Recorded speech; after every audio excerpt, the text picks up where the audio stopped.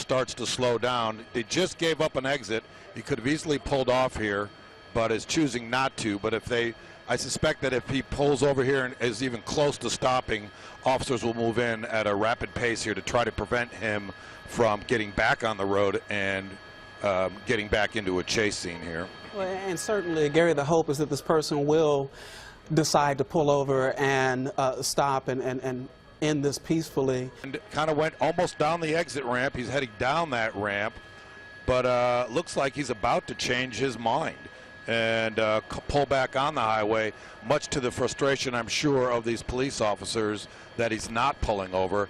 Glad, I'm sure, that he's staying on the highway, but slowing down. Exit, and that feeder road is Brentwood Star Road.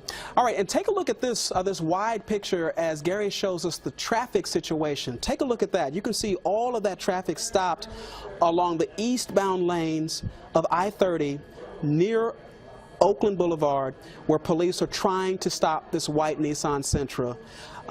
That is an incredible thing to see, Gary, and just an idea, some bit of evidence of how this is affecting so many people right now. Yeah, those people have to be very frustrated because there's a line of police officers that's not letting anybody through, and you know, they're not going to. There really is no place at this point. You can see the folks on the side of the road. Again, he's stopping, starting, stopping, starting. It's obvious he's not going to outrun them, but yet he continues to do this and refuses to give up. So there's something a little off here in terms of what the plan is here. I can tilt up here and show you a little bit, but there is no other offer on here for quite some time. I'm looking at least a half a mile, if not more. I don't want to pan too far off this, but at least a half a mile or more before there's another exit or an opportunity for this person to get off the highway. Okay, and Gary, as we continue about all these folks, I don't believe any of these folks are news media, would be my guess. Maybe one or two. That's just the public hoping to catch a glimpse of what's going on. Now, granted, they're up on top and out of harm's way in that area, but that's the kind of stuff that they're dealing with. And officers don't have time to deal with that, and they probably won't deal with that particular incident unless it becomes a problem traffic-wise. But they've got bigger issues to take care of here, keeping folks who are on. The officers themselves so far, right? Okay, I'm giving you a tight shot here. I'll zoom in here a second, and you'll see that this person has a cell phone. He appears to be talking on his cell phone. He's looking out the window, possibly at us at the attraction, and just weaving. We don't see anybody in either the front seat or the back seat, but it appears to be an empty vehicle. But very, very casual, acting very casual as he drives with one hand and visits on a cell phone with somebody on the other hand. And a very unusual shot here of being able to actually look inside this car and try and figure out what is going on here. You can see, again, moving his hands, changing the vehicle, more interested in what the sideshow is outside than anything else. And unfortunately, that's probably feeding his desire not to pull over. That, you know, he's creating a sideshow spectacle, and he's probably pretty proud of himself for doing it. Yeah, he does have a bit of a smirk on his face, at least from what we're seeing right now, this picture you're showing. And let me say that just a while ago we passed the Cooks Lane Bridge, and we're now hearing from Fort Worth police that they, in fact, have gone onto that bridge and told people to get off quite quickly, and for two reasons. And this should be emphasized to the people who are ahead of this chase, that this person has a history of we don't know his name. Police obviously do. This person has a history of non-compliance and apparently some experience with the carrying of weapons. So this is why police are very concerned about people standing too close or impeding traffic or giving them some difficulty in trying to bring this chase to a close. Right now his windows are all up, so that means that police, I think, feel relatively comfortable. Looks like he's speeding up a little bit, Gary, from what he was before. Yeah, speeding up a bit, and I see him spending more time looking out the window than he does looking at the road. But of course, traffic's been stopped, so he doesn't have much to worry about in terms of traffic in front of him. But much to his amusement, looking at us possibly and/or the traffic on the side. Right behind him, his hazards are on. So this camera shot is headed east as he comes, is headed west actually, as he comes east toward our camera, and that's what that looks like. A blocked I-30. Nobody is on this road except for that one motorist and the police officers who are following. And now we've got sound. So this is what people are hearing coming toward them, which would explain why so many folks were getting out of their cars to look, because they could hear this. And you see that flat tire there. Yeah, the right passenger tire is flat. So, which is why this person has been driving at speeds of, around 10 miles per hour for such a long time. Something else to take into consideration is that's what he is hearing as well. He's been listening to those sirens the entire time. Wow. And I can tell you from riding inside a squad car with the sirens going, it'll wear you down. It's loud. In addition to speakers, we understand the police have been speaking to this person through loudspeakers. And he's trying to carry on a telephone conversation as well. Right. So this is eastbound. This is East Chase, the East Chase overpass. We just passed underneath on eastbound I-30. You saw the news media there watching this as it goes by. And right now we're getting very close to Arlington. Arlington police are going to be standing by, doing the same things we're seeing police do and Fort Worth do as far as trying to clear people off those roads. And as we Go ahead. He's just, you'll see here on your screen here, just a second, he's going to pop up on the grass here, change his mind at the last minute, and get off again back on an exit. I'm a little bit ahead of you only because we're on a delay, so I apologize for that. But you'll see him, he's changing his mind at the last minute, cutting across grass, cutting through an intersection. There were some officers that looked like they were blocking him off, not allowing him to go further on 30, and I believe that's what may have prompted him to do that at the last minute. And now we're running along the access road of I-30, approaching, I believe, well, we're about a mile from Six Flags, into a parking lot. We'll see him into a parking lot here. Officers, 1, 2, 3, 4, 5, 6 officers speeding up here, and he's going to turn left into this parking lot. A lot of officers speeding up trying to contain this, but they're having a problem here scooting through this traffic. Luckily, not a lot of folks in this parking lot.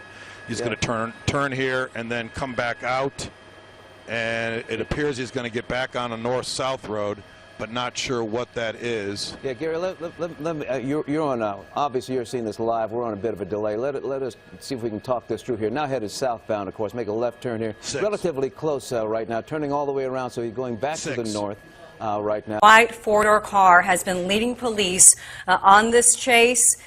They've been on I-30 for 2 hours. Here they are now in a residential part of Arlington. You see he just turned left into some kind of, we can assume it's some kind of open parking lot.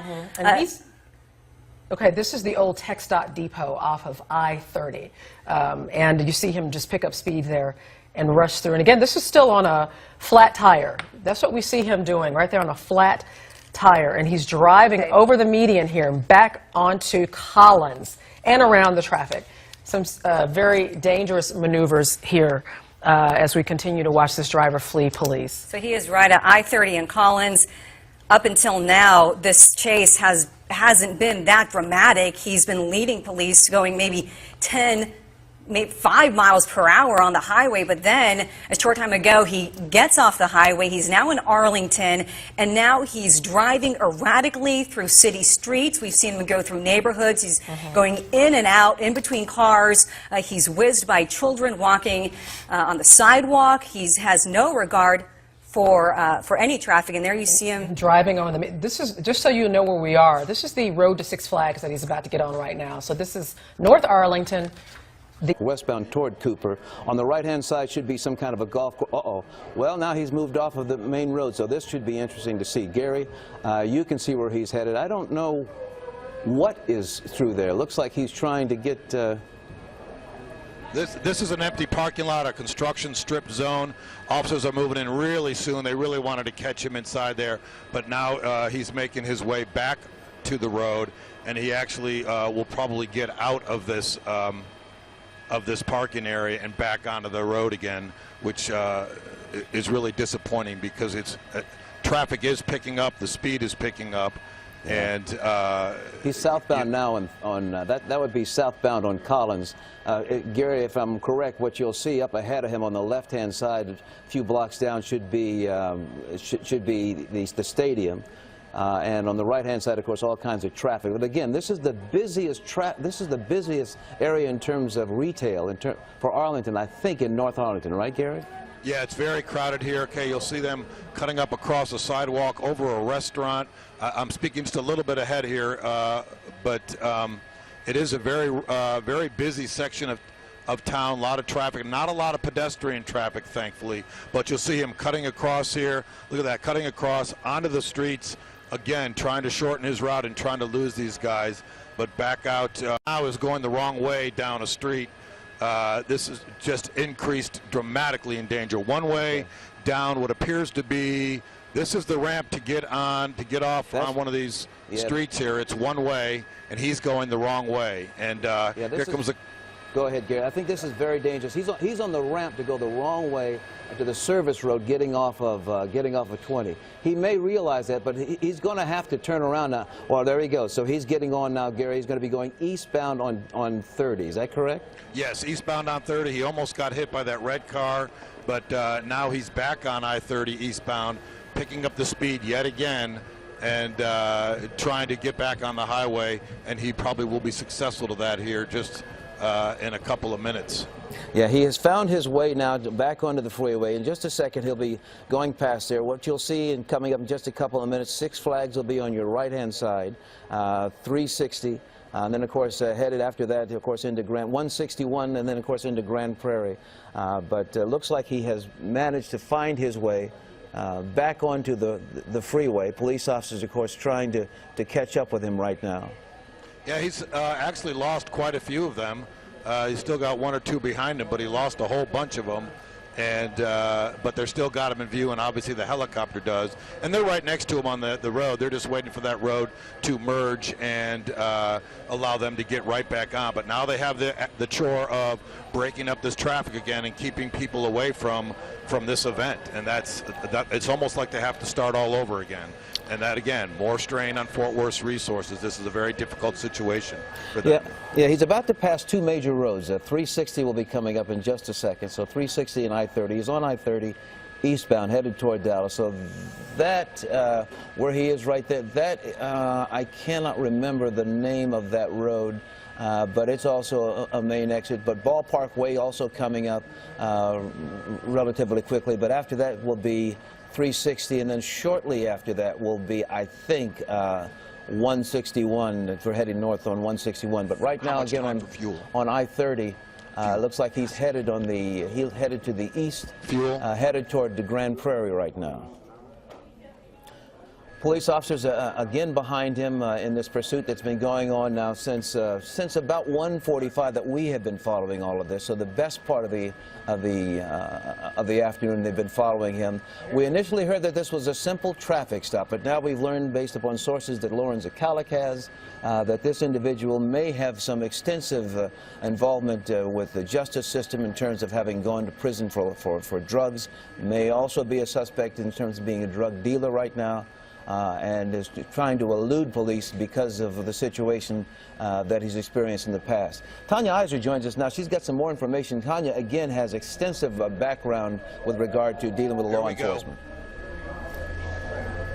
I understand that he's going to wreck out. Watch this picture as we come up. That's a police unit you see there. Let's see what happens as he pushes to the right. Well, there we go. There's the bumper. Yep, they're getting him stopped. That was a SWAT vehicle. Yeah, you see Fort Worth SWAT on the side of it. Using the SWAT vehicle. Looks like a person trying to get out of the back right there. Apparently. Police officers coming out both sides of them. Oh, sorry. Police officers coming out both sides of him right now.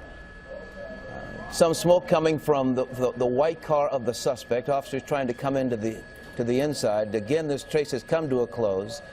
Asking him to get out, and it looks like he either cannot or will not. You see them poking at the window. They'll be coming around to the other side and momentarily. This is a SWAT unit that's come around that's brought this to a close. Police officers, again, there he is trying to crawling out the window right now. Police officers come around, grab him, pull him out of the vehicle, bringing him to the ground now.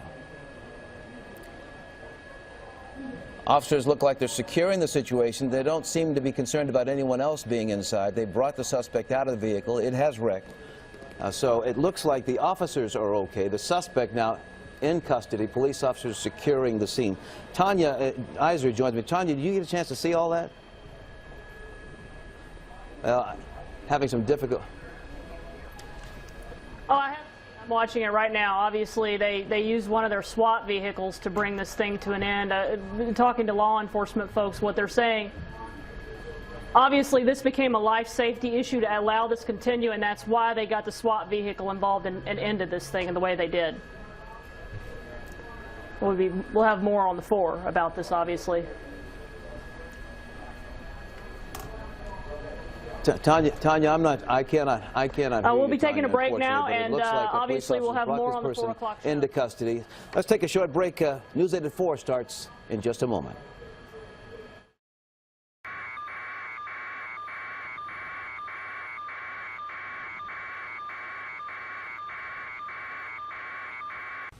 You're watching NBC5 News first at 4, and as we begin the 4 o'clock hour, we continue to follow this chase that has wound through Tarrant County for the last couple of hours. Started out as a slow-speed chase with a number of police officers in pursuit, and now it continues through Arlington. Don, what's happening right now? Now you see at the top part of our screen a tactical vehicle involved. There may be plans to end this pursuit with the tactical team at some point on the freeway. All right, Don, so we've been watching this go down for a couple of hours. If it looks like they're getting ready to use a tactical team, why hadn't they done this before? What would your guess be? That's something that Fort Worth PD will have to answer. There have been a number of opportunities for them to stop him on the freeway when he was going much slower. However, it appeared they wanted to try and negotiate with him to get him to pull over safely instead of having to use some sort of force. You see parts of the tire are now starting to shred off that car, and he's going to get to a point where he's not able to control it as well. He's going to have to pull over at some point. That tire, we just saw a piece of it fly off. Police in pursuit, but traffic still going by. They just went by the ballpark, and here he is going around other vehicles that are there on the highway. A number of police cruisers are right behind him. And as you can tell, it doesn't look like he has any plan on slowing down. And if you are wondering where they are right now, they just passed Six Flags, the amusement park, on the right side. So this is eastbound I-30. This tire on this car is shredding. We just saw a piece fly off. There is a tactical vehicle. And it appears the tactical vehicle is executing a pit maneuver. They've put him into the wall. They've stopped it. This vehicle is stopped. Right at 30 and 360, Don. What's happening? Right now they'll make a felony stop. They'll try and get him to get out of the car unless the tactical team removes him from the car. Okay, so now you see officers out, guns drawn, pointed right at the suspect. They don't know what he has in the car. They don't know if he's armed. And there you see them trying to get him to come out. They've taken decisive action to stop this pursuit. They're trying to get him out of the vehicle at this point. He doesn't appear to be cooperating. I don't know if he's been disabled in this crash or if he's simply not cooperating. It looks like he's climbing out the window now. And he is obviously not going to get any further than where he's gone. So police have him on the ground. And this is a very different team that had been following him. Then we saw patrol officers following him earlier. Who are these guys, Don? This appears to be the tactical team from Fort Worth PD, and at some point you saw the vehicles change. You saw a pickup truck, a four-door pickup truck involved, and you certainly saw this heavy vehicle involved. And I think at some point when they entered the city of Arlington and got to a residential area, Fort Worth PD made the decision it's time to end this pursuit on our terms and not his terms. So this suspect is now down, taken into custody by police. They pulled him out of that car as he tried to climb out of the back window there after police SWAT stopped this vehicle. And what we can say is, after having watched this for 2 hours, is that we did not see any other vehicles involved in an accident because of this. It does not appear that any other citizens were hurt because of this lengthy chase.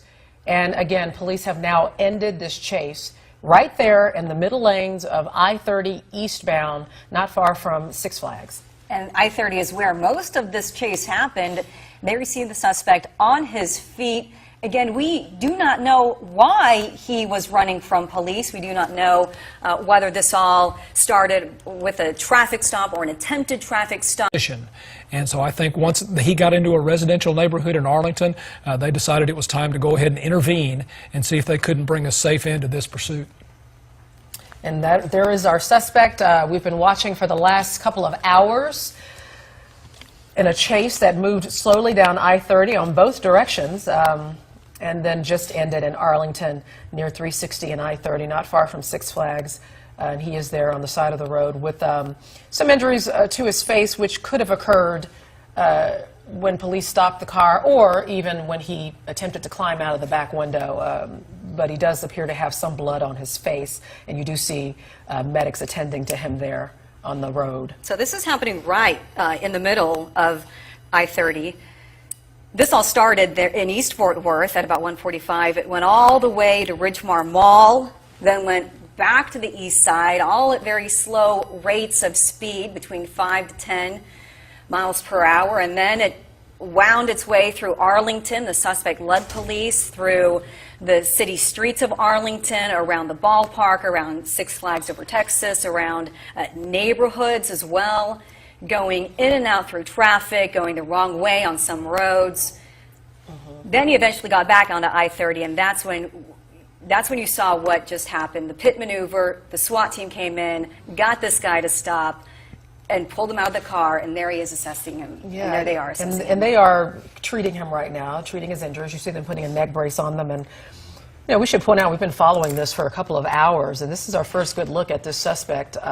We saw him on the phone in the car and looking out of the window, but now we see him head on. Exactly the person we've been watching police follow for this length of time. They just put a neck brace on him. We did see the EMTs there just checking him out and checking to make sure to see if he has any injuries, and you do see a stretcher there.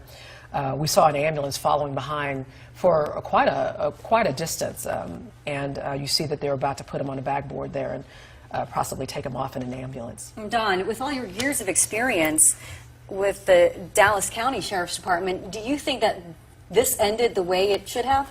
Absolutely. At some point, it becomes so dangerous that you have to intervene and shut the chase down. And it got to that point.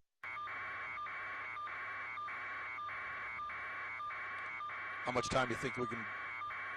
How much time you have? Can we stick it out till they put him on the gurney?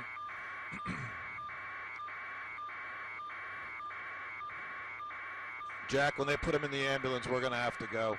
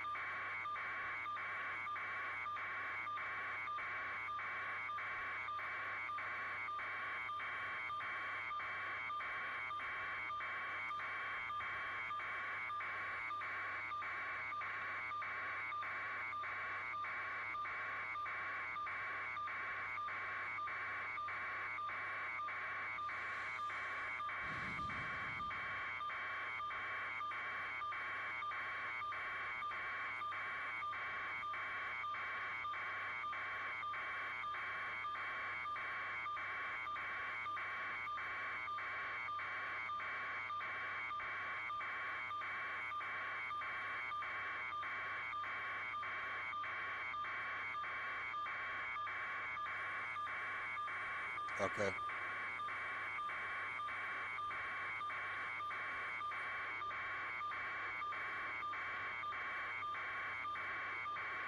Just west of 360.